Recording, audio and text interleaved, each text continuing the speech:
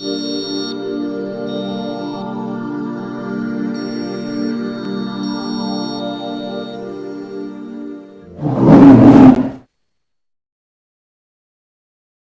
everybody, welcome to Beer Reviews with me, your host Jack, and tonight we have a beer that I have waited literally an entire year to actually crack open to give a try. And it comes with a little bit of a backstory, so you may want to skip ahead if you just want to see me try this. But this is Stone's Enjoy After Brettanomyces IPA, dated for the 26th, or Boxing Day, I should probably say, just Boxing Day.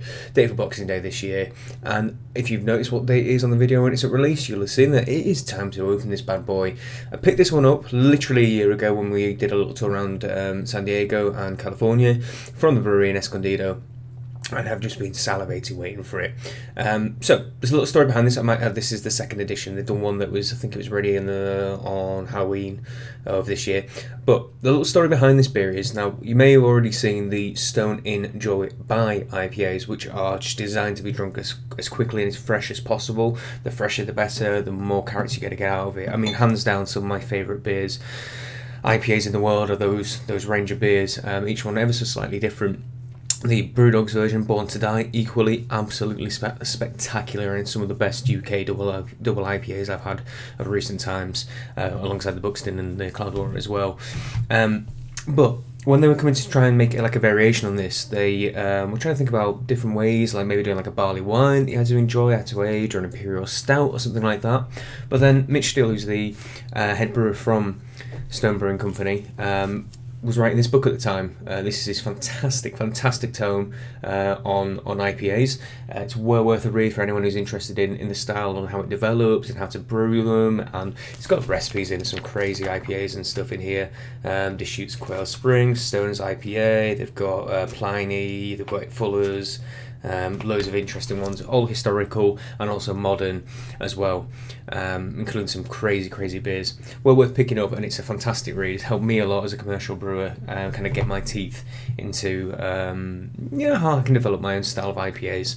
So in the process of writing that book, his kind of research, he uncovered, or probably wasn't the first to uncover, that barrel aging the original IPAs that were getting transported out to India, barrels aren't exactly the most sanitary things, even in the modern environment, but in particular when they were made, they probably weren't going to be sanitized too much, and natural airborne Brettanomyces was probably an integral part of the conditioning period of the IPAs. So yes, the IPAs were probably quite strong and very hoppy, but then they were reconditioned in the barrels with Brettanomyces to give the flavors and the kind of sparkle that gets talked about quite a lot about those beers, that they were really effervescent, and particular qualities just sound Brettanomyces-esque to modern brewers' ears.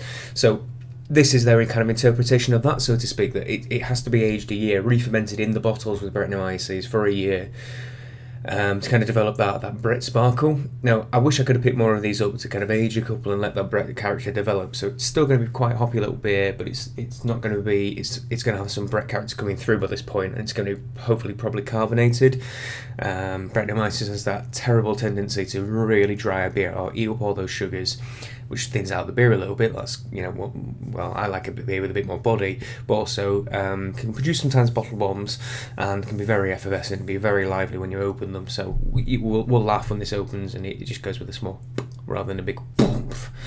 But a little bit about this beer. This is brewed with, and I'll just read it, 7%, it's got 70 IBUs, and it's got Super Galena, Simcoe, Delta, Target, Amarillo, Calypso, and Cascade. So there's some superstar hops in there. Simcoe, Amarillo, Calypso are pretty tasty, and Cascade's a classic, Target's a good old spicy English variety, Super Galena probably for bitterness, and Delta's got some interesting notes to it as well. So it was probably a big bolshy IPA back in the day. And I believe this was bottled at the same time as the Enjoyed by IPA. I don't know whether they are the same, and then this one's just re-fermented. I couldn't say, but as you can see, corked and caged as well.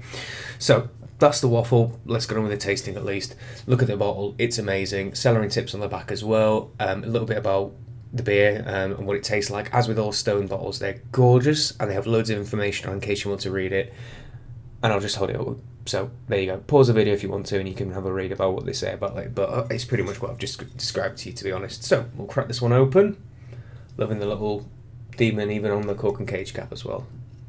Attention to detail. Well, the cork has expanded massively when you take the cap off, so that's always good. Yeah, it's going to be a bit. We'll pop this one. You ready? Not too bad. That's good. It's not going to foam, so it is well conditioned considering its age. That is a nice joy.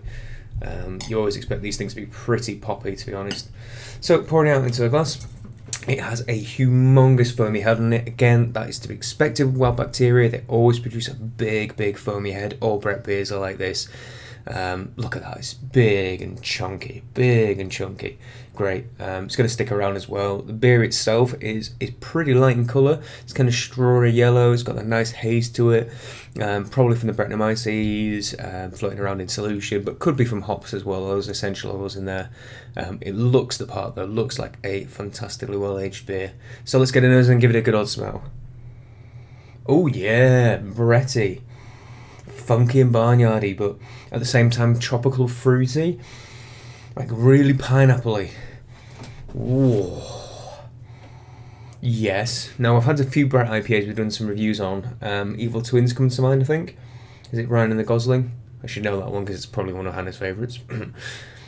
And Brett IPAs they were a fantastic melange of those fruity Brett characters and also some of those hoppy notes. And this has an amazing, fantastic nose.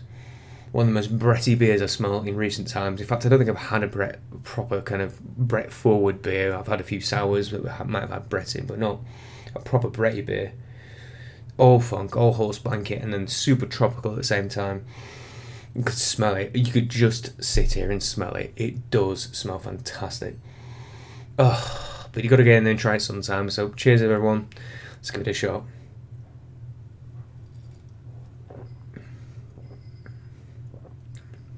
Bone dry. Absolutely bone dry. There is not a hint of sweetness in that at all.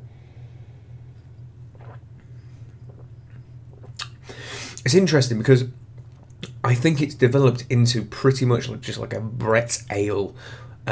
Most of the characteristics I'm getting through are definitely the Brettanomyces notes. It's definitely that funk and the horse blanket. It's definitely that fusty tropical fruit. Pineapple is what always comes to mind when I smell Brettanomyces. Pineapples, and possibly like papayas or something like that. But it's it's effervescent, which helps because it's quite thin in body. But again, that's to be expected with a Brett beer. Then you get all those fruity notes, all that fusty horse blankety note come through. And then it just dries up real nice and ends kind of super clean, but with a nice little bit of bitterness at the back as well. Those Bretty flavours just keep lingering in the mouth. So let's just pour out a little bit more because we're a bit cautious with the first pour because I always knew it was gonna push up like mad. This is one of my favourite things about Brettanomyces, by the way. Can you see the head? It always gets this kind of really irregular consistency to the top of it. I love that. I think that's really beautiful. Can you tell I'm a fan of Brettanomyces? I wouldn't dare use it in my brew house just yet, though. I was going to take another sip, but we'll go for it. Try it.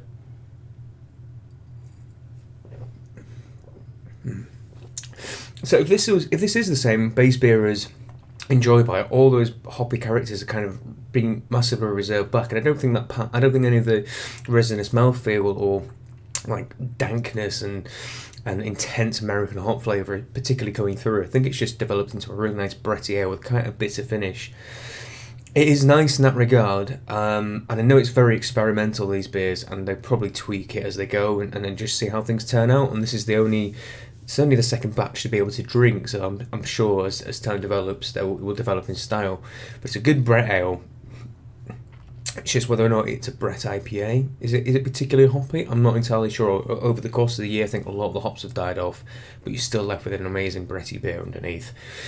Well worth a try. You've heard me waffle about the beer and the genesis of it, so just for kind of like experimentation's sake and the science and the history behind it all and the clever minds that have gone into it, there is a lot of respect and big up to Mitch Steele. Fantastic. This is an inspiration for me as a British brewer to read. It's got a good section of British IPAs as well as American, as well as New Wave, as well as hybridised ones, and obviously Brett.